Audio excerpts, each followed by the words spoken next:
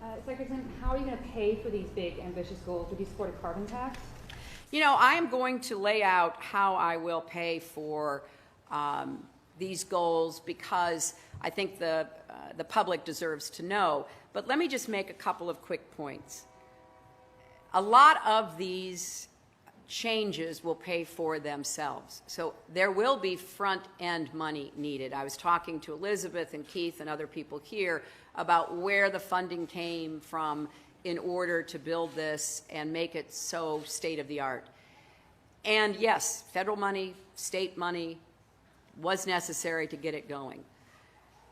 But there are ways of making those investments and getting a return on the investments that will redound to the benefit of the American taxpayer. So I will be talking about energy and climate security. I will be talking about modernizing North American infrastructure, about safe and responsible production, especially making sure taxpayers get a fair deal for development on public lands and areas that I think are too sensitive for production that should be taken off the table.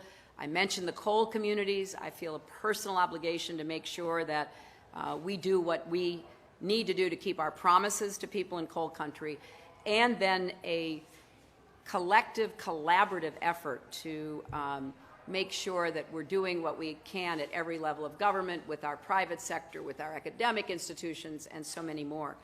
I'm really excited about this, and I come from a family that, as my husband famously said, believes in arithmetic.